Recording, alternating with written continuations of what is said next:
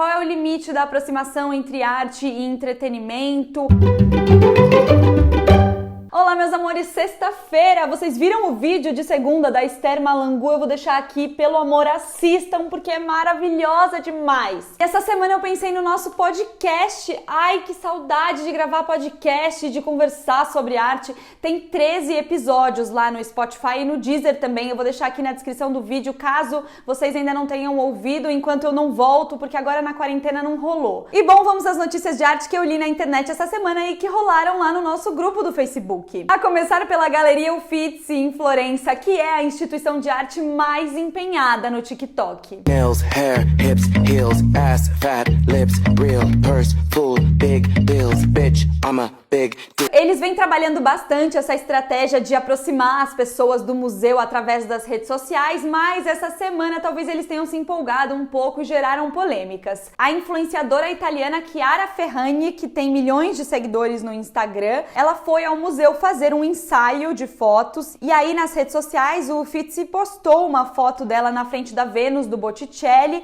e escreveu que ela era uma espécie de divindade contemporânea na era social. Algumas pessoas acharam que esse comentário diminuía a importância da pintura e mesmo que o museu estaria se tornando um cenário para ensaios fotográficos. Mas ainda assim o diretor do Uffizi defende que é uma estratégia para atrair novos públicos, criando um diálogo entre a audiência da Chiara e da galeria. Eu gostaria muito de saber a opinião de vocês a respeito disso, porque é um pensamento que sempre me ronda aqui. Qual é o limite da aproximação entre arte e entretenimento? A simplificação da conversa sobre arte sem banalizar ou sem esvaziar o assunto. Eu o tempo inteiro fico nesse dilema, assim. Ainda na Itália, Rafael Sanzio, o grande nome do Renascimento, a gente tem vídeo de 50 fatos sobre ele aqui. Aliás, Rafael, que foi super prejudicado pelo coronavírus, porque 2020 completa 500 anos da morte dele e tinham várias exposições programadas para acontecer, várias festas e deu ruim. Mas falando em morte, por muito tempo se acreditou que o motivo da morte do Rafael aos 37 anos teria sido sífilis, mesmo porque ele tinha aí uma vida bastante ativa sexualmente. Mas 500 anos depois, um estudo revelou que provavelmente ele morreu de uma doença pulmonar bem similar ao coronavírus que a gente vem acompanhando. Que loucura como as coisas se conectam, estranho. Inclusive os médicos da época, por terem feito um diagnóstico errado, teriam adotado procedimentos que até aceleraram a morte do Rafael. E ainda falando de pesquisas, uma nova pesquisa sugere que os gregos instalavam rampas na entrada dos templos para melhorar o acesso de pessoas com mobilidade reduzida. Estudando uma variedade de templos, principalmente do século IV a.C., eles descobriram que os edifícios que tinham mais rampas eram os templos dedicados à cura. E que essa seria uma evidência importante para contrapor teorias anteriores que diziam que essas rampas seriam para carregar animais para sacrifício, por exemplo, ou materiais de construção pesados. Aparentemente, os arquitetos gregos criaram essas estruturas para facilitar o acesso aos frequentadores do templo. O Artnet, um site que eu sempre vou lá para olhar as notícias, fazem umas visitas a ateliês de artistas e aí tinha dessa semana o Charlie Palmer e eu gosto das perguntas que eles fazem, por isso que me deu mais saudade ainda do podcast. Por exemplo, eles perguntam qual que é o item indispensável no ateliê dele e ele responde que é a caixa de som, porque a música dita o ritmo do dia, se é mais lento,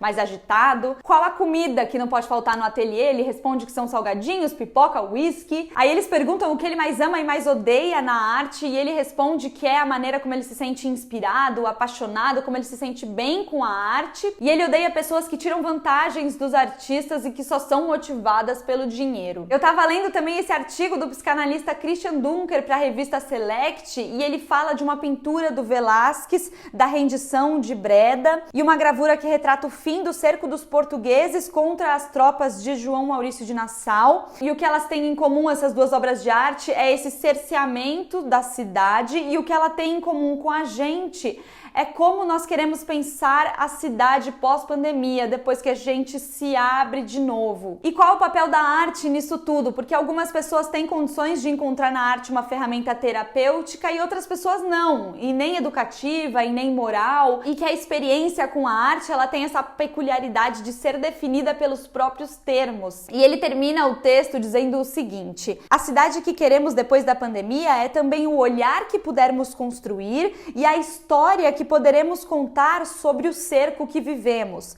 Se o cerco é o confronto de cada um com seus muros, o antídoto pode passar pelas janelas da arte. E a gente segue se segurando na arte para tentar explicar e justificar e simbolizar e alegrar a vida, porque complexo existir. Muito bem, também tínhamos o nosso grupo a pintura da pintura da pintura, a gatinha Maju, a lua, Van Gogh recriado por inteligência artificial, o beijo, fotografia, Machado de Assis, manda foto de agora, bordado, pintura a óleo, ilustração, autorretrato, colagem digital, saudade até que é bom, vídeos. Aplicando verniz na pintura dá uma satisfação, mas eu só fico pensando naquelas pinturas que tem tanto verniz que vira um espelho, sabe? Nesse vídeo, a artista finlandesa Jenna Sutela propõe enviar a bactéria Bacillus subtilis para Marte. E ela cria uma voz para a bactéria misturando sons criados por um algoritmo e sons psicografados de vida em Marte.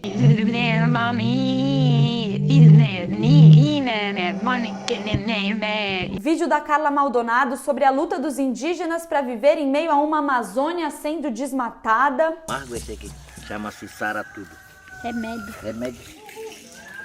Memes. Quando você volta a visitar museus depois de meses de confinamento. Surrealismo, impressionismo, expressionismo, realismo. Ai, esse cachorro é maravilhoso. Muito bem, eu vou deixar aqui Esther Malangu para vocês assistirem. Vivi News da semana passada também. Bom final de semana, amores da minha vida. Beijo.